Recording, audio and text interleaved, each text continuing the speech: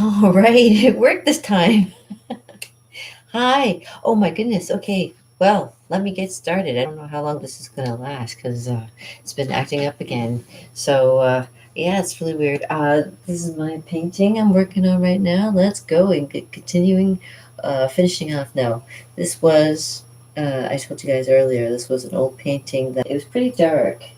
And what I've done is made it into something completely different. And what I'm going to do is I'm going to hook it up and I'm going to put it up on my wall. All right, now on my wall, I have a picture of a coastal scene.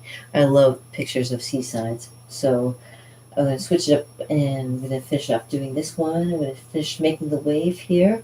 And I used to make a green wave, but I used to work with Grumbacher at Michael's. And as you can see, I've got my apron right here.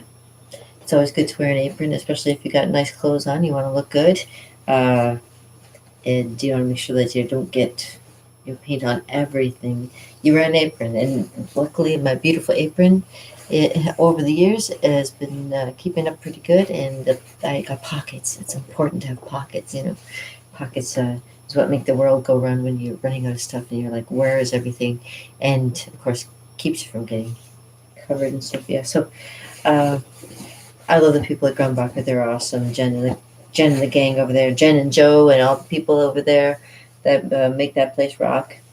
Of course, here I am sitting in Canada, locked up tight. Like you would not believe, it's like being in gulag. Yeah, and here we are, locked down. And so to make it a little bit easier on everybody, I'm going to show everybody like a little bit of technique and a little bit easier on everybody. I'm going to show everybody like a little bit of technique and trick of how to paint. And usually I stand up and paint, but because I can have this put down lower, I got this beautiful easel from Michaels, of course, and some people where they taught me how to paint for everybody as well as doing my live painting that I used to do for paint night as well. But they taught me how to get started and show people how to do certain things. And one of them was a wave, and it was a green wave. But this one particular is more like a purple wave because it's more like a dark purple. Now, not only do I have my paints already set up for doing the picture. Like I say, I use a simple little Trinet plate and I put the colors on there now. That's not specifically Grumbacher colors this time because I like to use my own paints as well. And you always make sure you get your supplies nearby. So I've got my paper towel because you always got to use paper towel to clean up any oopsies you may have on. Bob Ross says there's no accidents in arts, and that's true. But there are times where you're dripping stuff all over the place and you need to clean up quick. And it's good to have a hand on some paper towels. So paper towels are always nearby. And I've always got, my paints. Many different types of paints that I use. I used to do paint nights, so I used to have a lot of the big ones. And this one is when I was, well, as you guys know, with COVID, I was going to be starting up my own paint party thing, uh, cannabis and canvases, and as well as Niagara art paint parties for all ages. And, well, of course, cannabis and canvas for specific parties, of course.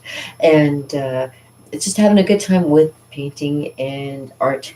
But like with COVID, of course, nobody gets together. You can't get together with anybody. So my business is on uh, hold for a while, as you can say.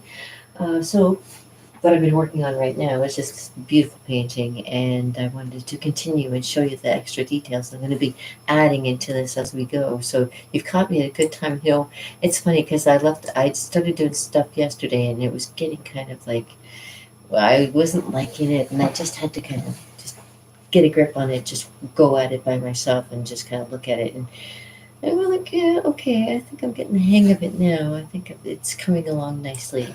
As I look at it, I'm looking actually at the painting as well. Because, like I say, this is the greatest thing about being an artist nowadays is that you can actually just go to your computer screen and look at the picture that you want and paint it if you really want to. Easy peasy and a lemon squeezy. And yeah, so I mean, Uh, what you have to do though, if you make it more your own, and this is my own style, so this is not like the actual real thing is actually a picture, and where mine is a painting.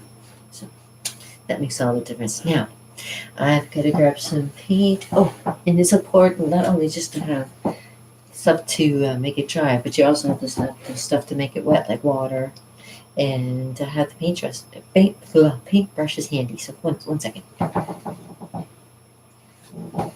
Yeah, so I've got my trusty mason jar that I've had for years and years.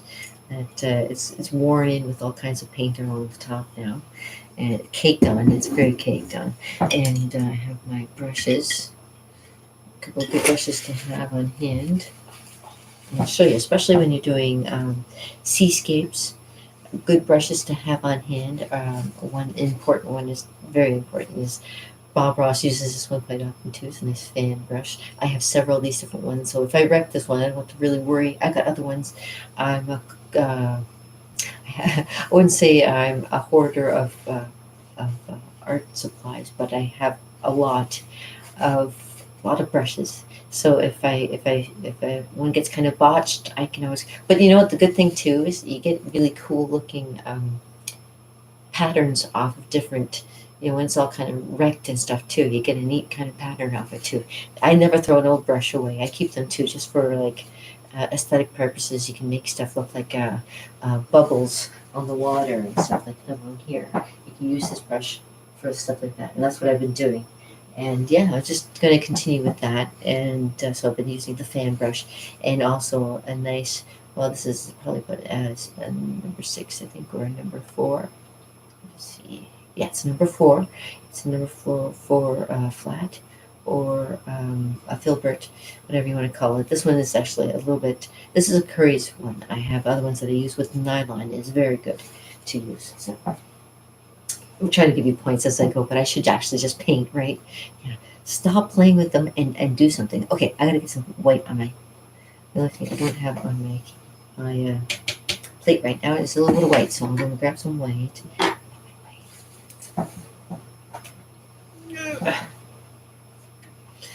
I feel like Griselda from the Hilarious House of Frightenstein when she gets mixing all of her stuff together, like a big brew of something. You never know what's going to happen.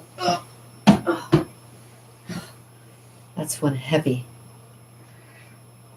heavy batch of white.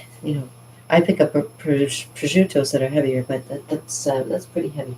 Okay, so the thing is, when you look at a picture, you always think, oh, foam is white. It's the foam of water is white. But you have to think you're looking at the water really is muted in comparison to the brightness of the sun. So I'm trying to keep it as bright as possible to make it like as bright as the actual picture is. I don't know if I can do that, but it's such a beautiful picture, and I love it so much that I'm going to try my best to get to the finest little details of it, I guess. They say the devil's in the details. It's been one of those things, right? Okay, well, let me start. I'll use my fan brush and mix up some colors. Okay, so I have my basic 3 primary colors and white. So with a tint, so it lightens everything. So as soon as you mix it to dark, you can always lighten it with white. I give out so much information. I had somebody tell me once that I give out way too much information, but you know what? I try to give you as much as I can. So if you have any questions, you can ask me along the way and stop me, right? Stop me. I really don't want to do this. Stop me. I'm kidding. I'm kidding. Okay. Yeah, I'd like to play with music, but usually what happens is copyright and stuff like that. You can't play music while you're doing stuff, so I have to kind of go without for a while. You know, cool. It's on my own. So I'm going to start with a little bit of white on my fan brush. And just start with a spot. Now I've already the paint underneath is already dry, so I don't have to worry about it coming back on again. And add some yellow. So take some yellow. Get the brightening up already. It's a beautiful day out today in Niagara. The sun is out, the sky is blue, it's beautiful, and so are you. Yes. And so is Prudence. I miss her too. She's beautiful. Okay, so I'm going to just make a little bit of a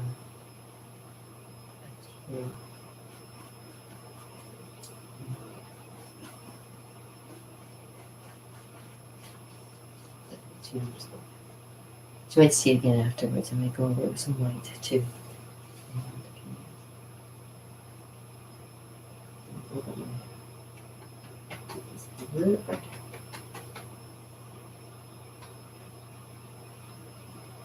And it's good to blur your eyes too. It helps to.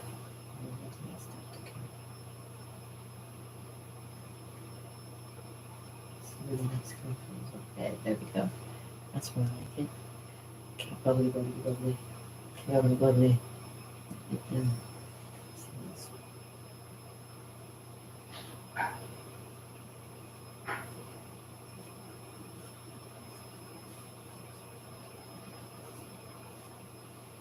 there's always something going on in the background, of course.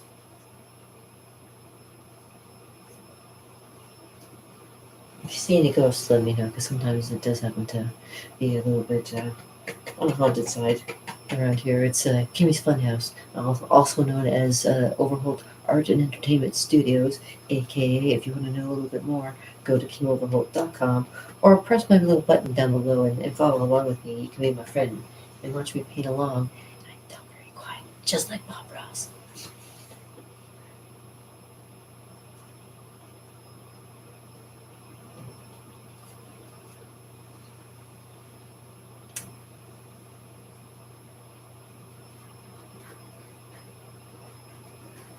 Yeah.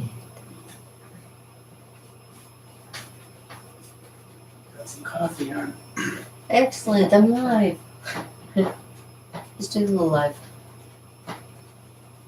But I'll stop for a while and I'll show you. It's a good day. It's a Saturday. I'm taking it easy. Live stream. Talk to you a little bit. In a little bit. Okay. See you in a little bit. Oh, okay. It'll be okay. I'll be back.